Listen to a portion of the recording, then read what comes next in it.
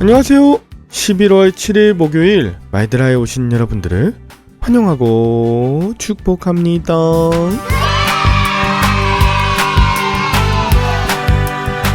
어제 새벽 기도하면서 기도하고 있는데 불을 다 꺼놓고 기도하잖아요. 근데 요즘에 모기가 왜 이렇게 많아요?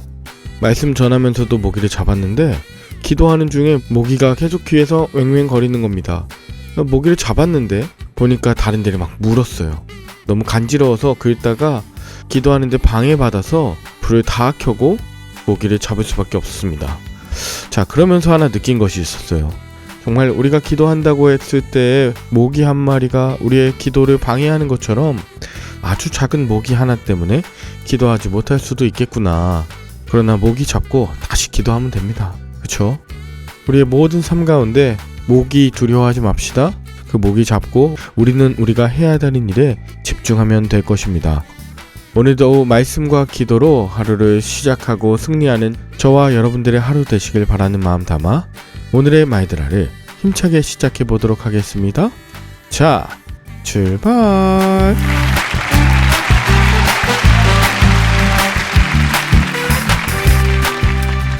오늘은 에스더 5장의 말씀을 묵상합니다. 자, 어제 4장 16절에서 에스더가 3일의 금식과 기도를 시작했죠. 그리고 이제 3일 후에 에스더가 왕후의 예복을 입고 왕궁안 뜰 곧 어전 맞은편에 서게 됩니다.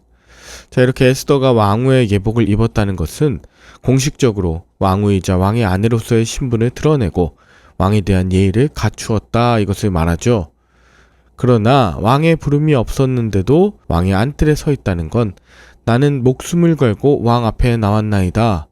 왜 나를 부르지 아니하시나이까? 라고 해석될 수 있는 불법적인 사안입니다. 이런 경우에는 왕후라도 처형을 당할 수 있고 예외적으로 왕이 그에게 금규를 내밀면 처형을 면하게 되죠. 그러므로 에스더가 느닷없이 안뜰에 나타난 것은 특별한 목적을 위해 목숨을 불사하겠다는 의지를 갖고 왔음을 암묵적으로 드러내고 있는 것입니다. 자, 그런데 놀라운 건 2절입니다. 왕이 왕후 에스더가 뜰에 선 것을 본즉 매우 사랑스러움으로 손에 잡았던 금규를 그에게 대니 에스더가 가까이 가서 금규 끝을 만진지라 라고 합니다. 자, 사실 1절과 2절은 굉장히 짧은 찰나인 것 같지만 이 순간이야말로 에스더의 생사가 달린 그 어느 때보다도 긴장이 고조된 상태이죠. 본문에선 언급되지 않았지만 에스더를 먼저 발견한 신하들은 놀라움과 충격을 받았을 것입니다. 그들은 에스더에게 돌아가라고, 왕에게 죽임당할 수도 있다고 그렇게 권했다가 왕이 실제로 사랑스러워하면서 3절에 보면 에스더여, 그대의 소원이 무엇이며 요구가 무엇이냐, 나라의 절반이라도 그대에게 주겠노라 하는 이런 반응을 보고 모두가 깜짝 놀랐을 것입니다. 여러분, 2절에 에스더가 매우 사랑스러움으로 라고 보였던 것, 그 이유가 무엇일까요? 우리는 이미 알고 있습니다. 3일 금식해서 살이 빠져 보이고 긍휼해 보이는 그런 외적인 요소가 아니라 바로 하나님께 은혜를 받았다는 것, 하나님께서 긍휼의 마음을 아닥사스다 왕에게 주셨다는 것, 이것을 우리가 알 수 있죠. 자, 이렇게 아주 사소한 것이라도 보이지 않는 하나님의 섭리, 하나님의 역사하심이 왕의 눈과 마음 등 그 모든 것을 인도하고 계신다. 동시에 하나님은 언제나 에스더와 함께 하셨고 인자와 진실이 크신 하나님이심을 오늘 보여주죠. 자, 에스더에게 이렇게 무엇이든지 주겠다고 하는데 에스더는 4절에 바로 즉답하지 않고 오늘 내가 왕을 위하여 잔치를 베풀어 싸우니 왕이 좋게 여기시거든 하만과 함께 오소서라고 합니다. 자, 지금 나라의 절반이라도 준다고 하는 이런 왕의 제안에 에스더는 왕을 위해서 잔치를 베풀었다, 왕이 좋게 여기시거든 하만과 함께 오라는 초청을 하죠. 왕은 에스더의 이런 초청에 그저 좋아합니다. 게다가 하만과 함께 오소서라고 하는 것에도 별 의심을 품지 않았어요. 자, 그러고 나서 5절에 보니 왕이 이르되 에스더가 말한 대로 급히 하만을 부르라 하면서 왕이 하만과 함께 에스더가 베푼 잔치에 갑니다. 아마 이전에 왕후 와스디는 잔치를 베풀고 초청을 했을 때도 오지 않았는데 오늘 에스더는 예복을 입고 왕에게 나와 잔치를 베풀며 초청하니 아닥사스다 왕의 마음이 어떠했을까요? 자, 그리고 6절 잔치에 술을 마시기 시작하고 왕이 에스더에게 말합니다. 그대의 소청이 무엇이뇨? 곧 허락하겠노라. 그대의 요구가 무엇이뇨? 나라의 절반이라 할지라도 시행하겠노라 하면서 또다시 에스더를 위해 모든 것을 주겠다고 하는 이 마음을 표현합니다. 이때 에스더가 뭐라고 합니까? 7절 나의 소청, 나의 요구는 이러합니다. 8절 내가 만일 왕의 목전에서 은혜를 입었고 왕이 내 소청을 허락하시며 내 요구를 시행하시기를 좋게 여기신다면 내가 왕과 하만을 위하여 베푸는 잔치에 또 오소서. 내일은 왕의 말씀대로 하겠습니다. 내일은 왕의 말씀대로 하리이다 라고 하는 이 답을 통해 왕이 순간적으로라도 품을 수 있는 인내심의 한계와 노여움을 누그러뜨리고 온전히 잔치에 집중하게 만듭니다. 에스더는 왜 이렇게 연기하고 있는 것일까요? 저는 다른 이유에서 찾지 않고 하나님의 때를 기다리고 그 때를 위하여서 한 번 더 기도하는 것, 이것이라 묵상하게 되었습니다. 그러나 하만은 달랐어요. 9절부터 마지막 14절까지 보면 그날 하만이 마음이 기뻐 즐거이 나옵니다. 술에 잔뜩 취해서 나오는데 모르드게가 대궐문에 있어 일어나지도 않고 몸을 움직이지도 아니하는 것을 보고 매우 노했습니다. 불같이 일어나는 분노를 주체할 수 없었다는 것입니다.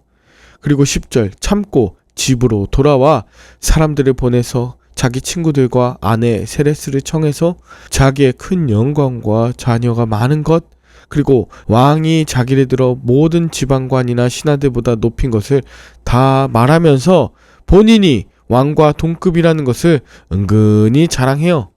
그러면서 12절 또 하만이 이르되 왕후 에스더가 그 베푼 잔치에 왕과 함께 오기를 허락받은 자는 나밖에 없었고 내일도 왕과 함께 청함을 받았느니라 하면서 기고만장해지죠.